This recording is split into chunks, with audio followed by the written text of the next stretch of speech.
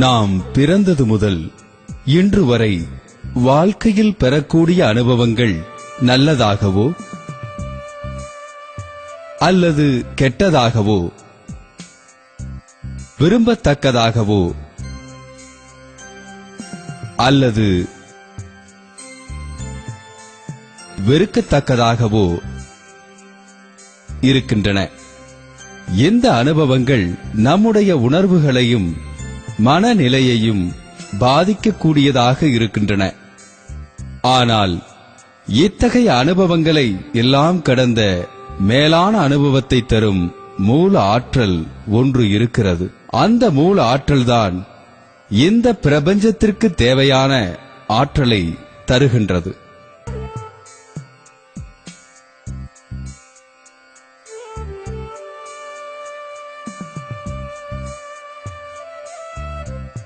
இத்தகைய மேலான அனுபவத்தை பெற நம்மில் யாருக்குத்தான் விருப்பமில்லை?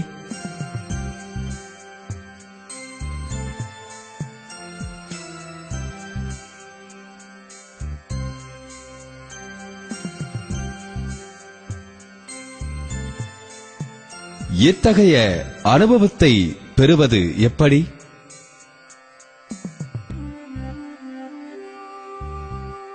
எளிய முறை குண்டலினி யோகத்தின் மூலம் நாம் இத்தகைய அனுபவத்தை பெற முடியும்.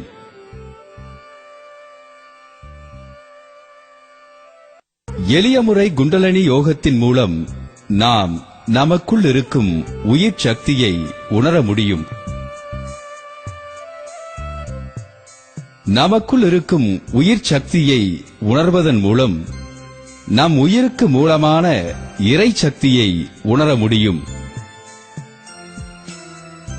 நாம் நமக்குள் பயணம் செய்து நமது உயிருக்கு சாரமாக விளங்கும் ஒன்றை, இதுவரை பெரும்பாலோரால் அறியப்படாத ஒன்றை பற்றி அறிய முயல்வோமாக.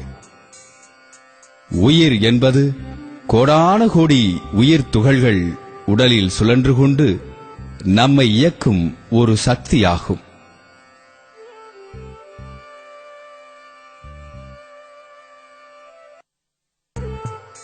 உயிர் துகள்கள் தற்சுழற்சியால் எழுப்பக்கூடிய அலையே ஜீவகாந்தமாகும்.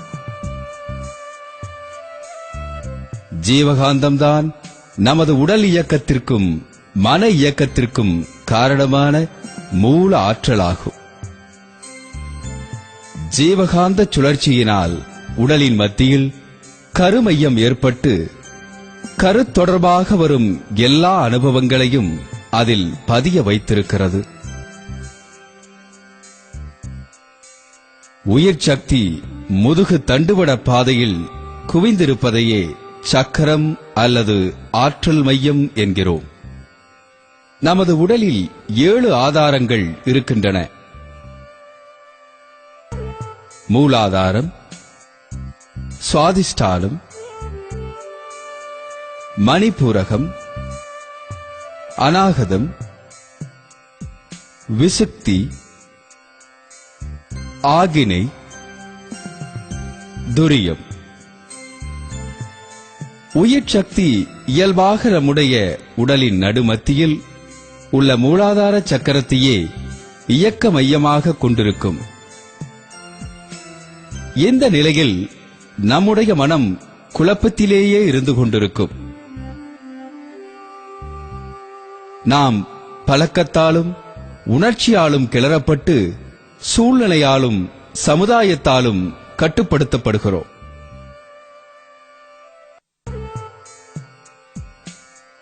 நம்முடைய உயிர் சக்தியை மேலே உள்ள சக்கரத்திற்கு எழுப்புவதன் மூலம் உயிரின் இயக்கத்தை உணர முடியும். அயரா விழிப்பு நிலை கிட்டும். மனம் ஆழ்ந்த அமைதியை பெறும். தத்துவ ஞானி வேதாத்ரி மகரிஷி அவர்களால் எளிமைப்படுத்தப்பட்டு வடிவமைக்கப்பட்ட பயிற்சியே எளிய முறை குண்டலினி யோகமாகும். எளிய முறை குண்டலினி யோகத்தின் மூலம் மனம் தனது மூலமான நுண்ணிய இயக்க ஆற்றலான உயிரை கவனிக்கின்றது.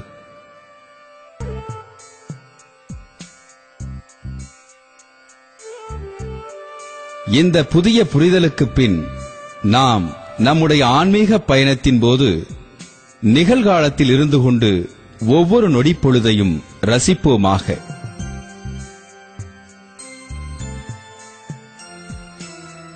எளிய முறை குண்டலினி யோகத்தில் ஆசிரியரின் மூலமாக மூலாதாரத்திலேயே இருக்கக்கூடிய உயிர் சக்தி எழுப்பப்பட்டு ஆக்னி சக்கரத்தில், அதாவது புருவ மையத்தில் நிறுத்தப்படுகிறது. ஆக்னி சக்கரத்தில் உயிரின் இயக்கத்தை உணர்கிறோம். ஆக்னி சக்கரத்தில் தவம் செய்து பழக பழக மனம் அமைதியான ஆல்பா நிலையை, அதாவது தூக்கத்தில் பெறக்கூடிய நிலையை அடைகிறது. ஆல்பா நிலையில் மனதின் கிளர்ச்சியான அமைதியற்ற நிலை குறைகிறது.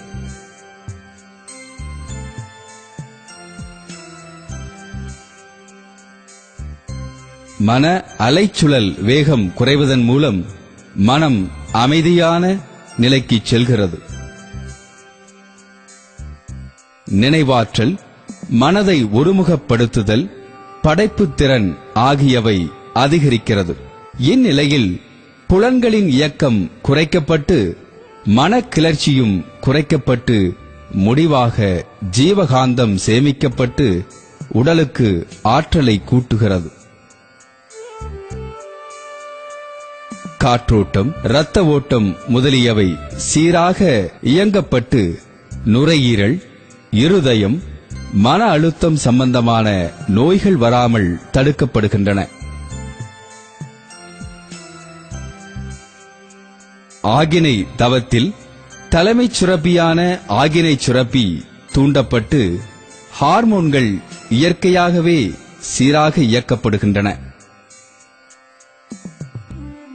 ஆகினை தவம் சில நாட்கள் செய்து பழகிய பின் உயிரின் ஆற்றல் மீண்டும் மூலாதாரத்திற்கே கொண்டுவரப்பட்டு தவ ஆற்றல் சமப்படுத்தப்படுகிறது. இதுவே சாந்தியோகம் எனப்படும்.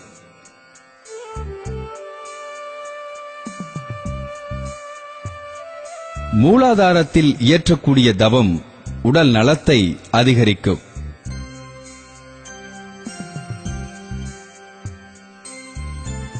நாம் இப்பொழுது அடுத்த நிலை தவமான துரிய தவத்திற்கு செல்ல இருக்கின்றோம். உயிர் சக்தி இங்கு தலை உச்சியில் குவிக்கப்படுகிறது. துரிய தவத்தில் மனம் இன்னும் ஆழ்ந்த அமைதிக்கு செல்கிறது.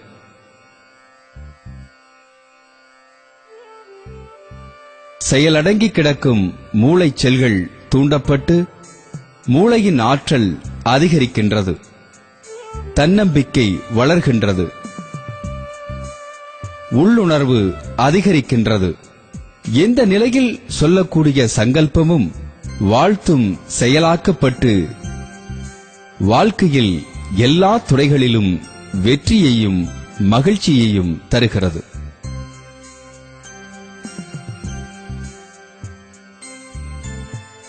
மனோசக்தியை அதிகரிப்பதால் நமக்குள் பயணம் செய்து நம்முள் இருக்கும் வேண்டாத குணங்களை களைய உதவுகிறது. நாம் அகத்தாய்வின் மூலம் எண்ணங்களை ஆராயவும், ஆசையை சீரமைக்கவும், சினத்தை தவிர்க்கவும், கவலையை ஒழிக்கவும் இத்தகைய தவம் மிகவும் பயனுடையதாக இருக்கிறது. இத்தகைய எளிய அகத்தாய்வு பயிற்சிகளின் மூலம் மனதை தூய்மை செய்து ஆளுமை திறன் அதிகரிக்கப்படுகிறது. நாம் இப்பொழுது உடலை தாண்டி, பிரபஞ்சத்தை தாண்டி எல்லாவற்றுக்கும் மூலமான இறைநிலையோடு பயணம் செய்ய முற்படுகிறோம். இதுவே துரியாதீத தவமாகும். தலை உச்சிக்கு ஒரு அடி உயரத்திற்கு மேலாக துவாதசாங்கம். மனதை நிறுத்தி பின் மீண்டும் மனதை விரித்து சந்திரன்,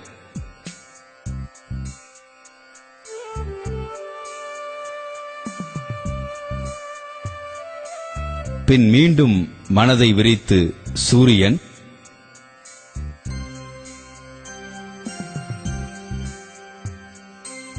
பின் மீண்டும் மனதை பிரபஞ்ச அளவிற்கு விரித்து கோடான கோடி நட்சத்திரங்கள், பால்வெளி மண்டலங்கள் அனைத்தையும் அகக்காட்சியாக காண்கிறோம். இதுவே மகா ஆகாசம் என்றும் அழைக்கப்படும். பின் மீண்டும் மனதை விரித்து எல்லையற்றதாக உள்ள பூரணப் பொருளான சுத்த வெளியோடு இணைகிறோம்.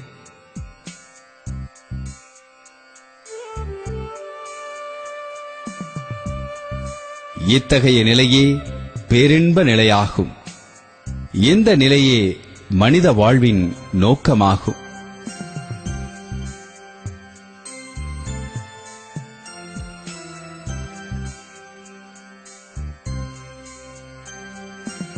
இத்தகைய விரிந்த நிலையில் பேராதார சக்தியோடு மனதை கலக்கும் போதுதான் பிரம்மம், அகம் பிரம்மாஸ்மி என்பதை உணர்கிறோம்.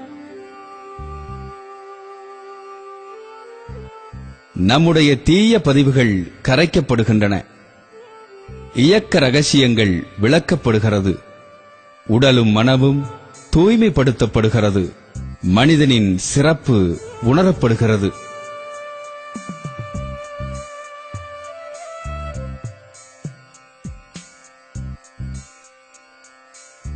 நாம் ஒவ்வொரு செயலிலும் இன்பத்தையும், ஒவ்வொருவரிடமும் இணக்கத்தையும்,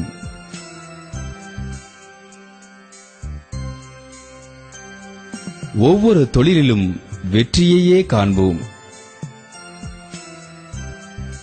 நாம் உடல் நலம், நீலாயுள், நிறை செல்வம், உயர் புகழ், மெய்ஞானத்தோடு ஓங்கி வாழ்வோம்.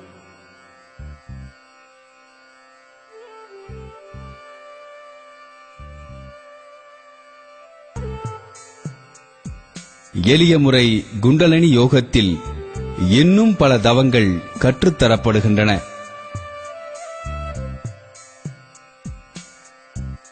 பஞ்சபூத நவகிரக தவம் நம் வாழ்வோடு தொடர்பு கொண்டுள்ள 5 பூதங்களோடும் 9 கோள்களுடனும் இணக்கம் பெற்று வளமான வாழ்க்கை பெறுவதற்கு ஏற்ற தவம்.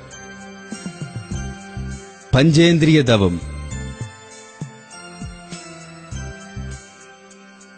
5 புலன்களின் இயக்க ஆற்றலை மேம்படுத்தக்கூடிய தவம். நித்யானந்த தவம் உடலில் உடனடியாக ஜீவகாந்த செறிவை கூட்டி புத்துணர்ச்சியை அளிக்க வல்லது. 9 மைய தவம் உடலை ஒட்டிய 7 சக்கரங்களிலும் உடலை தாண்டி உள்ள பிரபஞ்ச சக்தியோடு அதற்கு மேலான இறைநிலையோடு இணைக்க வல்ல முழுமையான தவம். இறைநிலை தவம்